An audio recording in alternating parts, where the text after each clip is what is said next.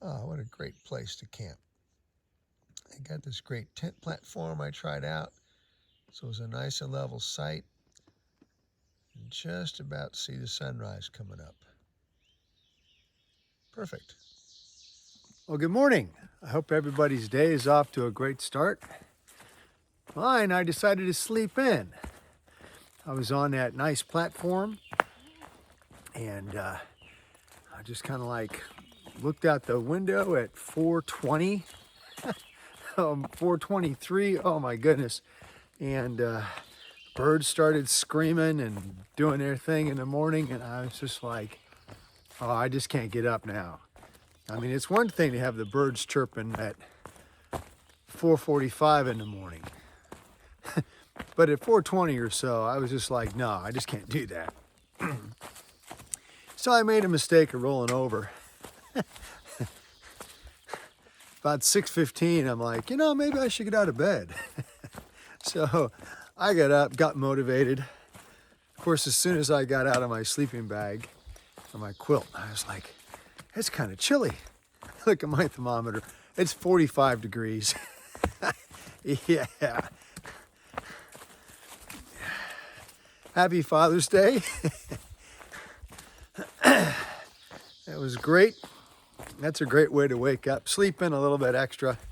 And then nice, cool, crisp morning. I know my poor wife down in the Houston area will just be like, oh my gosh. Yeah. You just step outside at any hour of the day now in the summer, you just melt. Trail has flattened out a little bit today, which is nice.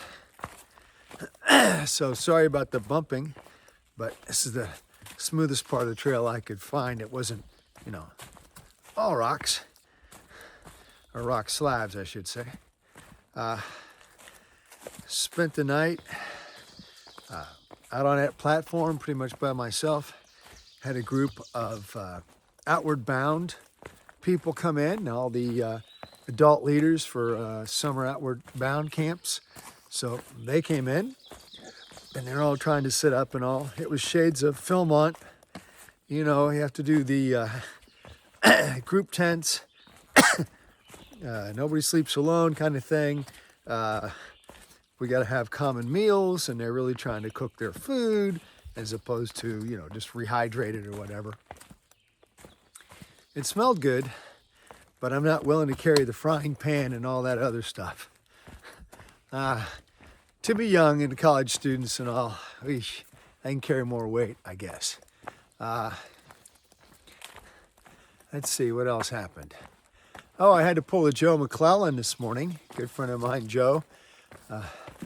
When it's chilly, he, smart guy, he puts on his, puffy or what have you, and then he puts on his rain jacket or his rain pants. Traps the heat, and, in an hour or so, you can take them off. So that's what I had to do. 45 is cold.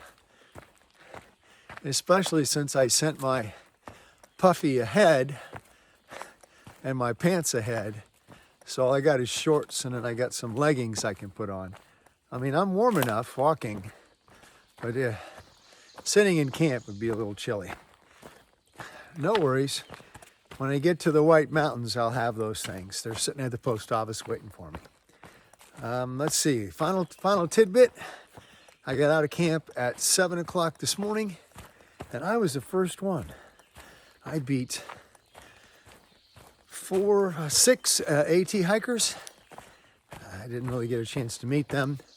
And of course, all the outward bound kids, they're getting up and making breakfast and all.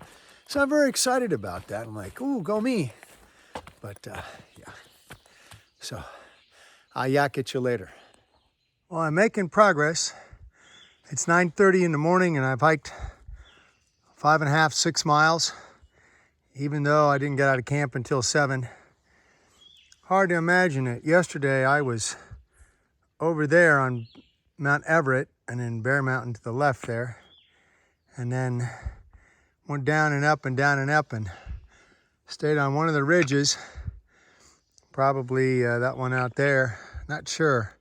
I lose track of them, But hopefully my climbing is done for today, Yeah, it was a little steep. I'm up on a ledge, and hopefully we can crank on. This trail has everything. You get a few minutes and you climb up the hill, and then you get a great view, and then you get to climb all over rocks, and then you get to see real pretty places like this. I'm a little surprised there aren't some waterfowl out there, but maybe they're just hiding or taking a nap. It's about 10 o'clock in the morning, and it's warmed up nice. It's about 70, 75 now. Well, I made some serious progress today. It is now 10:30, and I didn't leave until near 7 today, even though I got to be first out of camp. I should have left about an hour before that, but I slept in. Anyway, since it's only 10:30, I can't stay there. That's not enough for the day. Spin around here, and it says that at 10:30 I've already done 7 miles. Pretty happy about that. I think maybe I was supposed to go to Shaker Campsite, which is 4 miles. Like I say, it's 10:30. Today I've been hiking almost 3 miles an hour, not quite. And I'm not trying to hurry. The terrain is just not as nasty as it has been. I don't know. I think I ought to go on to Upper Goose Pond. I could go swimming and actually get clean. A bit far. I think I'll wait until and decide after I get to a Shaker Campsite. Then I can make a decision there. See how tired I am. See what time it really is. Maybe have lunch first. Well, I made it to Shaker Campsite, so named because a community of Shakers used to be here, nearby. The campsite's got everything. It's got all the classics. It's got the privy. It's got a great picnic table. Nice rock wall. I could stay here, except the mosquitoes are relentless. And so I'm going to have a quick lunch, swat away, and then I got to go. Well, I'm much happier now. I always get happier after having lunch. And who wouldn't be happy after eating M&Ms? Anyway, I used some Picardin insect spray that I picked up at Amazon. You know, little pump bottle. Small, only 1.5 ounces, so doesn't hold a lot, but certainly holds enough to spray your body a couple of times, I'm sure. First time I've used it, any kind of insect repellent on this trip. And glad that I had that, because then they magically all left me alone and I got to enjoy my lunch without my head net on. And I'm in shorts and short sleeves, and I didn't get eaten alive. Wow. I know I say wow a lot, but some things just go, wow. Well, I'm entering the Tyringham Cobble Indian Reservation, or Native American Reservation, more correctly probably. How about that? Just have to be out by sundown. I think it's just a couple miles long, but I'll make it. Wow, something new. Well, last night I managed to get to Goose Pond Hiker Cabin, which is run by the Massachusetts Appalachian Trail Club. They've got a cabin here on a pond, and they've got a caretaker, and they got bunks inside so you can stay dry and, you know, relax and have a comfy rocking chair, that kind of thing. And then in the morning they make coffee and pancakes for a donation. It was nice after the 22 mile day yesterday to have a place to relax. Anyway, I'm off to the town of Dalton. Well, I just passed Highway US 20, and I'm entering the Berkshires, where everything costs 5 times as much. Here's my first clear view of Mount Greylock. That'd be a nice tall mountain to climb in about 40 or 50 miles. Whew. I think the mountains are coming. Well, here I am trucking along just above this pond. Way in the woods there's a beautiful pond, but this is as close as we get to it. It's a good thing I don't need water right now. Be darn tough to get it. I don't see any houses around it, around the perimeter of the pond or anything. but the trail is taking me all the way around the pond. It's hot. Might be nice to get my feet in the water, but not gonna happen. I finally get to share with you birch trees.